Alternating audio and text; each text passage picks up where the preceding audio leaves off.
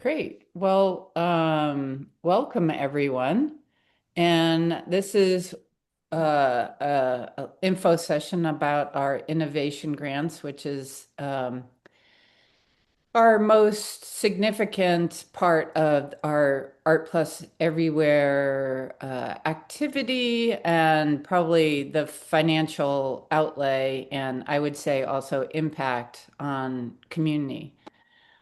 So Oh, anyways, I don't know if people know me, but I'm Deb Reed Miles. I think when I was in the program, I was Deb Reed Belgendues, but my art name, I always just use Deb Reed. I know it's confusing, so just call me Deb.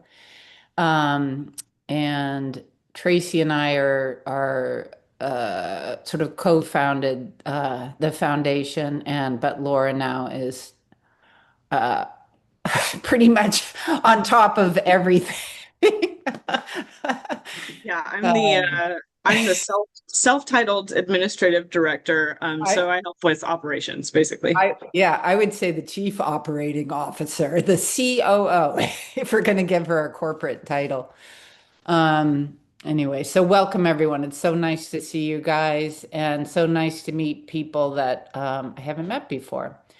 Um, so anyways, the Art+Everywhere mission, we think of it particularly not just as a regular sort of entity. We like to think of it through this ethos of activating a great body of compassion. And what do I mean by that? I mean that if you think about it, our community is the MFA grads of Clark, Lesley, Art Institute of Boston, as well as the professors and mentors. And already, that is a body of thousands of hands and eyes that already exists. And every hand and every eye already sort of knows how to reach out. It sees what needs to be done, and the hands are there to reach out and help. And that body, our body, that collective body, um, is already there. It already exists, and our mission is to help activate that body for the benefit of ourselves, each other, and our communities. And we sort of do that through the lens of generosity. Those are the two sort of ethos that we filter all our activities through. And with our, yes, we're also, I'm looking at what Laura very nicely wrote here. It's actually really nice. Art Everywhere is a global artist-led foundation that supports creative experimentation, collaboration, and care. We create access to funding, programming, and shared growth through a spirit of radical generosity. With our innovation grant series, we aim to fund transformative projects that activate spaces and remove barriers to art. So we'll talk about what that means. And the next slide.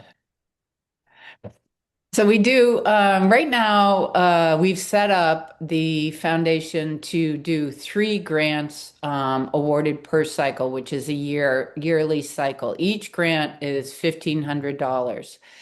And when you write the grant, the people who are awarded a grant are proposing what we call a pilot project. And the idea is to sort of test drive an idea.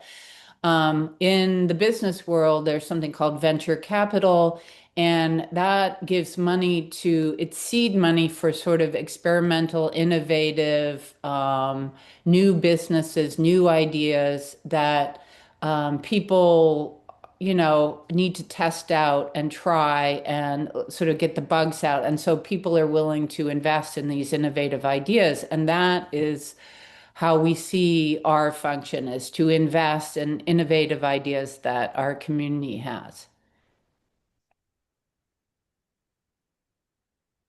So, the 6 things that we're looking for in a proposal all should have these aspects. Collaboration.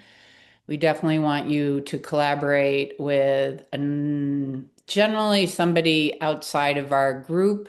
It should have cross-disciplinary thinking, collaboration. So we love projects that aren't just about visual arts, that maybe combine any other art field or science or anything that has cross-disciplinary thinking and collaboration, partnerships with local communities, things that act as bridges and create when you do cross-disciplinary thinking and dialoguing, that conversation is expanded in a multitude of ways. And it benefits not only the creative sector, but everyday lives of individuals in our area. So all of that is really important in when we're looking at these grants. Another aspect that's really important is it should be generative into the future, not a one-shot deal. People will ask, "Oh, I have this great idea for an exhibition."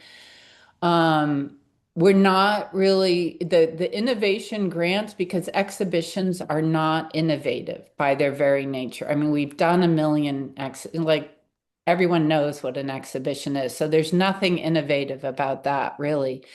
But if you were, trying to create a yearly program of something that includes an exhibition, or Laura got a grant last year for a biennial project that is continuing into the future. Something like that, that is, we're seeding, you're trying it, but the idea is for it to continue into the future. And that's the idea of generative generosity. And you're planting a seed and the roots will continue to grow. It's not just a one of um, projects. Activate unused spaces with art.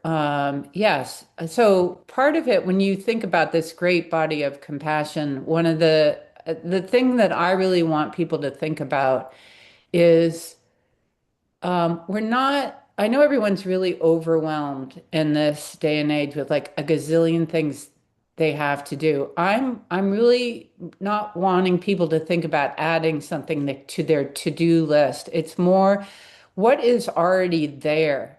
We are already artists. We already have art. We're already embedded in communities. There are already spaces that exist. There is money there. It's just figuring out how to access it, how to fund it, and that's what we're here. We want the I guess the radical idea is that we don't have to almost create something new. We're trying to already see that we have what we have within ourselves, our own personal resources. That the idea that instead of scarcity mentality, to think about we're inherently rich. That doesn't mean our bank accounts are a lot, but we have so much to give in our creativity, our thoughts, our ideas. What do we have to offer? Maybe we also have spaces that we can offer, or maybe, and as communities, I think it's good for us to reach out to our communities and try to help them see what do we already have instead of, oh, we need to have something new or we're lacking that, what is already existing there and help activate that. And I think that's really inspiring for people to get out of to flip this idea of scarcity mentality, and that's part of the idea of generosity. Thinking about your own inherent richness, your community's inherent richness, and just innovative ideas of activating that.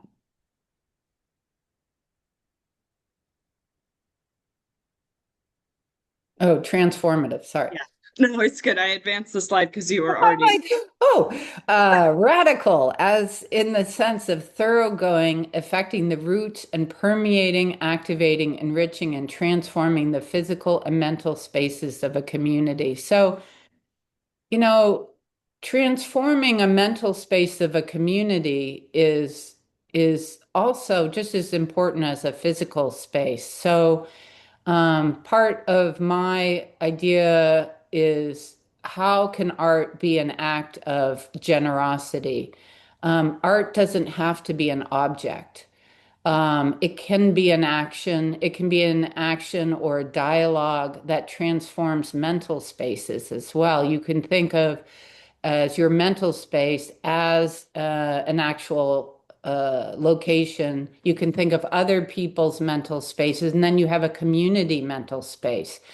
Our as artists, the way we're trained in a very unusual way compared to the rest of the educational system. And I think we can easily visualize and transform our own visual space in our minds. And a lot of people don't have that training. So that's also something to really think about, how it doesn't have to be an object. We don't have to be making something to transform mental spaces of a community.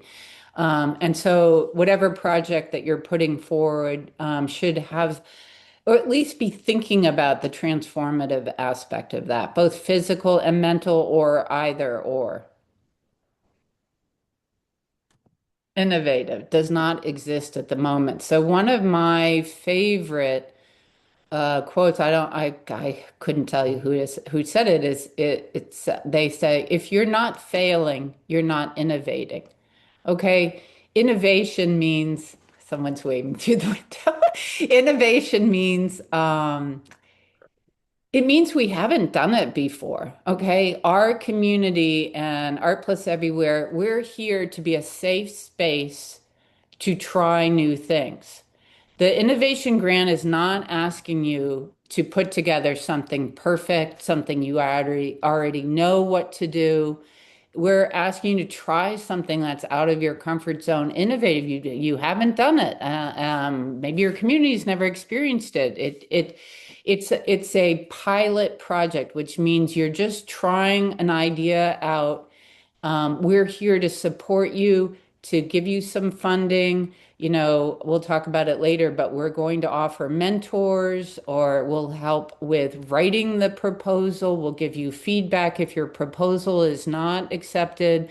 I want you guys all to feel like, do you remember what it was like when we were in residency and you're like, oh, I can like, oh, this is my time to like try this or try that. And it's like a safe area where we'll get feedback. And I graduated from Lesley, and I knew that no matter what I tried, even if it failed, I would get encouragement, constructive feedback. It would be rigorous.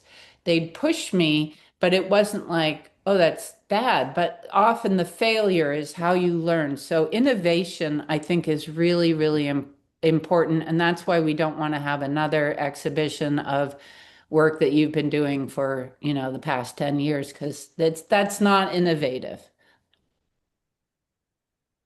Benefits Art+Everywhere community, MFA graduates, students, mentors, and professors. So you could reach out to a mentor or professor and do that with them. Also, AIB, Lesley, and Clark.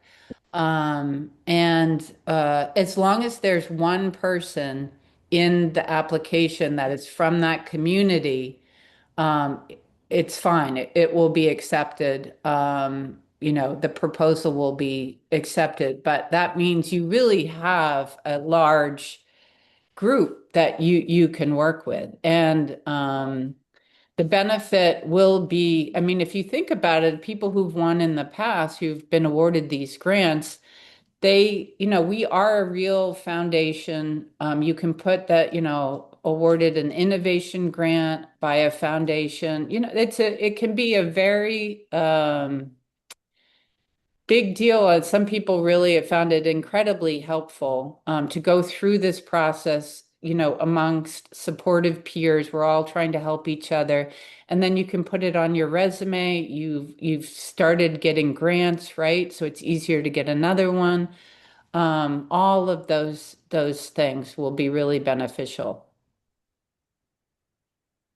Awesome. All right. I'm going to jump in here with a little bit more practical material. But thank you, Deb, for beautiful summation of sort of the conceptual framework that we're looking for in the innovation grant projects.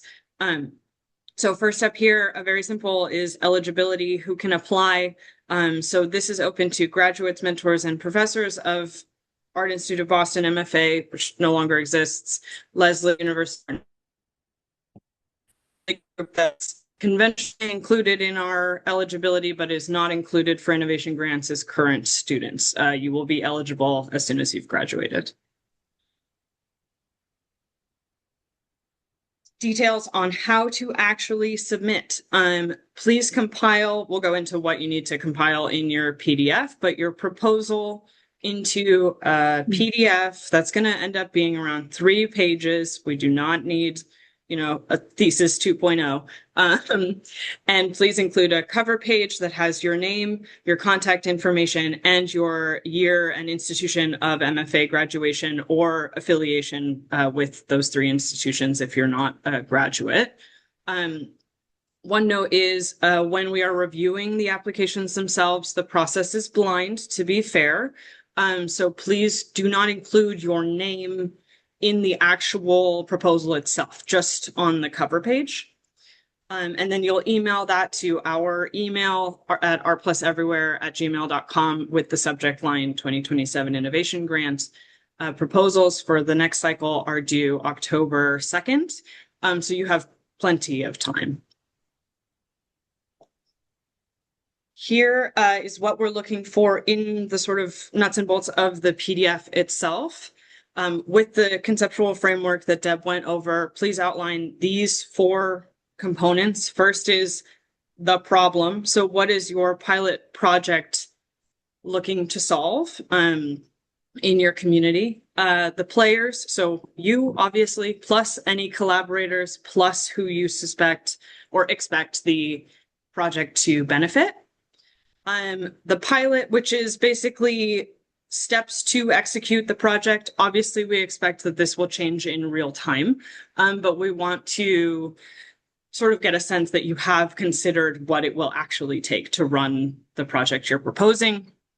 And then the money. So a brief outline of budget. This is much less significant than some of the other grant applications you'll see out there. We just want a general sense of where the money is going. We don't need like an itemized list of 100 items. And then, in total, shooting for 3 pages tops. We have received some that are longer and shorter. You won't be disqualified. However, the preference is to keep this on the minimal labor side for both you and our committee who is reviewing it. We just need enough information to get a sense of what it is you're trying to present. Yeah, I think I'll add just a little past it really you are doing a pitch for something. So it doesn't need to be super, we want to make this easy for everyone. And as I said before, just remember Tracy and I do not vote. So we are totally here to help with any ideas and to help you, if you submit something to us, we can be like, oh, well, you should add this or whatever. So please use us. Also, I do think if you have any images, I know we're trying to keep it short, but I've noticed past proposals that do have, like if you have a location or I don't know, something that is it's helpful for us to visualize what it is that you're suggesting. The money, really hardly, you don't have to spend much time on that. It's just for us to just make sure you're thinking about the money. And because that is an important component. And the other thing I would love, if you have an idea of how, because we would love whatever the project is to continue, like you get this $1,500 this year, like how do you see it evolve? It doesn't mean it has to evolve, but the idea is you're thinking about the future. You're thinking of this project as something that's going to grow. It could grow in unexpected ways. We have no idea. So obviously it's not, but it's just to have that kind of a mentality. For anyone with questions, we'll have a Q&A at the end. Great. Okay, so back to sort of expectations and timelines. So as I mentioned earlier, October 2nd of this year is the deadline. Then our advisory board makes up the panel that will review the applications, and we will have notifications back to you by November 9th.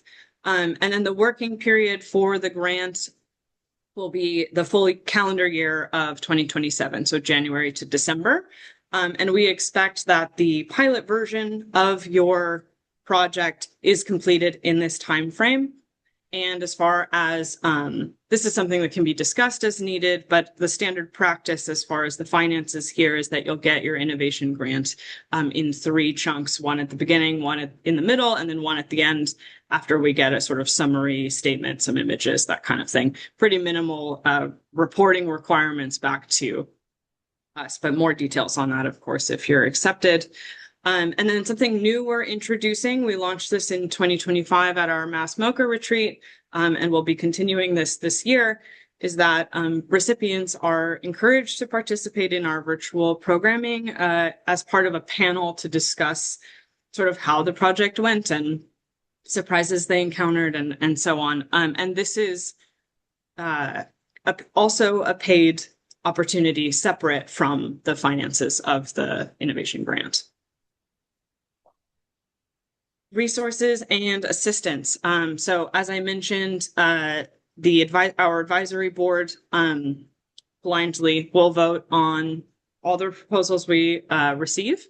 And then the 3 awardees will be assigned mentors from our advisory board that will stay with you throughout the duration of your 2027 project. And these are thoughtful pairings in the sense that we look for relevant skills as it relates to your project, potential gaps that can be filled, personalities, and so on. And they will be, your point of contact for advice, for guidance, for outreach into other communities if you need it during your project.